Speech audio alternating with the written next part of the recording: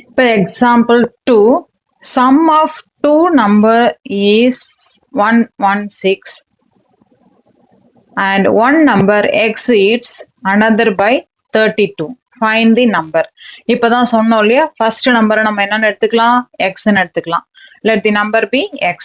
அடுத்த நம்பர் என்னன்னு சொல்லியிருக்காங்க, one number exceeds another by 12. அப்ப exceedsனா அதிகமா இருக்கிறது. அப்ப இன்னொரு நம்பர் plus 32. x plus 32ன்னு எழுதிக்கலாம். இப்ப அடுத்தது நம்மளுக்கு கொடுத்திருக்கிற க்ளூ பாருங்க. க்ளூ என்ன கொடுத்திருக்காங்க, sum of two number is 116.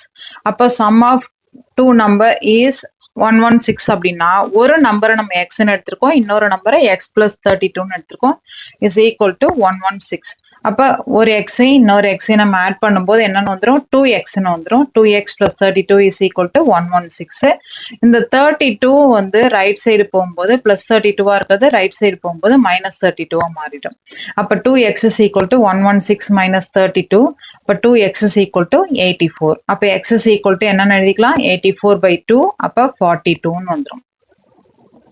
So ஒரு நம்பர் நம்மளுக்கு தெரிஞ்சிச்சு 42, எக்ஸ்ன்றது 42. இன்னொரு நம்பர் என்னன்னு சொல்லியிருக்காங்க நம்மளுக்கு, எக்ஸ் பிளஸ் 32ன்னு சொல்லியிருக்காங்க. அப்ப நம்ம கண்டுபிடிச்சிருக்கோம் இல்லையா 42ன்றது. அப்ப அந்த எக்ஸ் பிளஸ் 32ன்றதுல எக்ஸுக்கு நம்ம 42 போட்டு பிளஸ் 32 போட்டோம்னா we get 74. அப்ப ஒரு நம்பர் 42, இன்னொரு நம்பர் வந்து 74.